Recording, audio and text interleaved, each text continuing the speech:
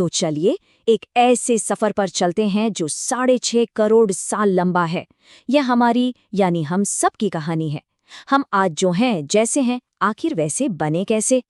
शायद ये वो सबसे पुराना सवाल है जो इंसान ने खुद से पूछा होगा कि हम कहाँ से आए हैं। तो आज इसी पहेली को सुलझाने की कोशिश करते हैं। देखिए, हमारे विकास की इस कहानी को समझने से पहले एक बहुत बड़ी गलतफहमी को दूर करना जरूरी है।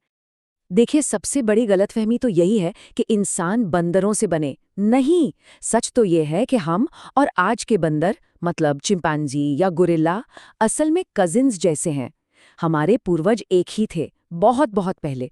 सोचिए, एक पेड़ का तना है, उससे 2 बड़ी शाखाएं निकली।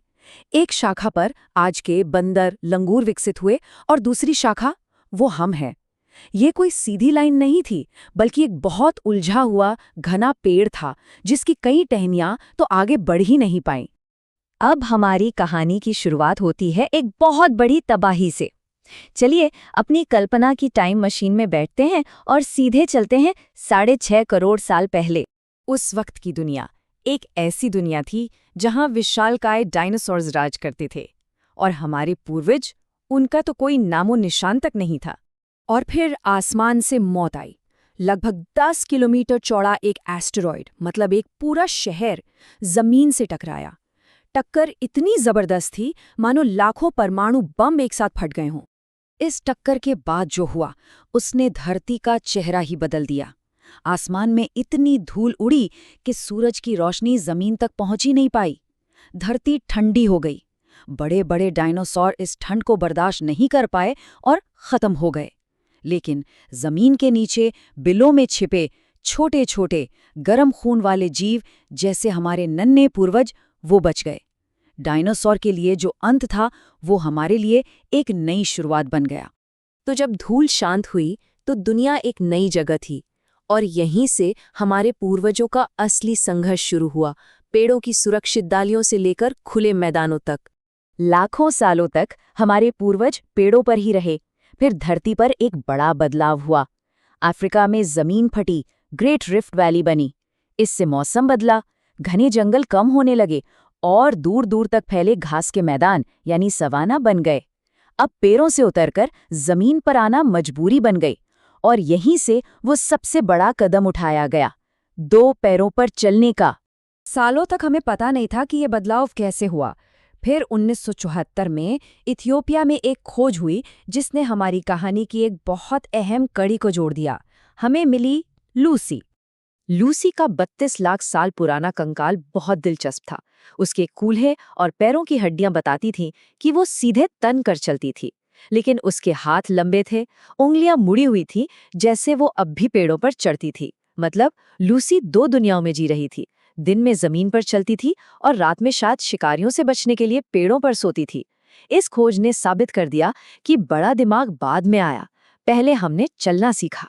और एक बार जब हाथ चलने से आजाद हो गए तो इंसान ने कुछ ऐसा करना शुरू किया जो किसी और जानवर ने नहीं किया था।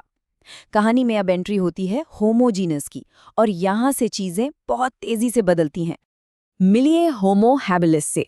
इन्हें हैंडी मैन भी कहते हैं क्योंकि ये वो पहले थे जिन्होंने पत्थर के औजार बनाए और इस्तेमाल किए। हाँ, आज ये औजार हमें बहुत साधारण लग सकते हैं, लेकिन उस वक्त के लिए ये किसी सुपर टेक्नोलॉजी से कम नहीं थे। और फिर आग। होमो इरेक्टस ने आग पर काबू पा लिया और ये एक गेम चेंजर था। क्यों? क्योंकि अब वो खाना पका सकते थे।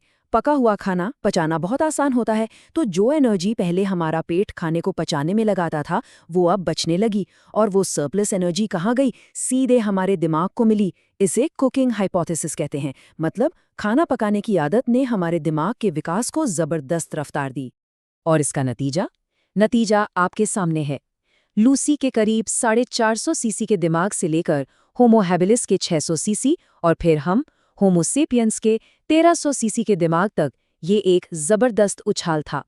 अच्छा, अभी कैसे सच के लिए तैयार हो जाइए जो शायद आपको चौंका दे। हमारे इतिहास के ज्यादातर हिस्से में हम इस धरती पर अकेले इंसान नहीं थे। जरा सोचिए, आज से सिर्फ 1 लाख साल पहले की दुनिया। अफ्रीका में हमारे पूर्वज होमो सेपियंस थे, तो यूरोप और एशिया में निएंडरथल्स थे। एशिया में ही डेनिसोवन्स नाम के इंसान भी थे। इंडोनेशिया के एक द्वीप पर तो छोटे कद के इंसान हॉबिट्स भी रहते थे। मतलब एक ही समय पर धरती पर इंसानों की कई अलग अलग प्रजातियां मौजूद थीं।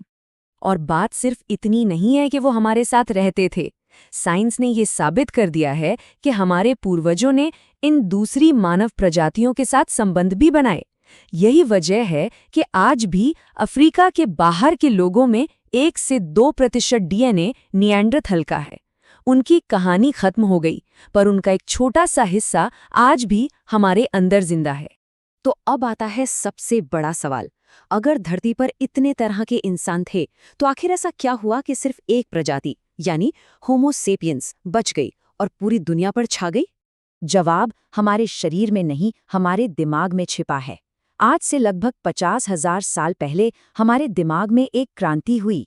इसे कॉग्निटिव रेवोल्यूशन या संज्ञानात्मक छलांग कहते हैं।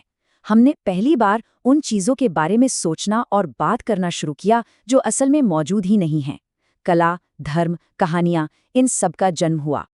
यही हमारी असली सुपर पावर है, कल्पना करने की शक्ति।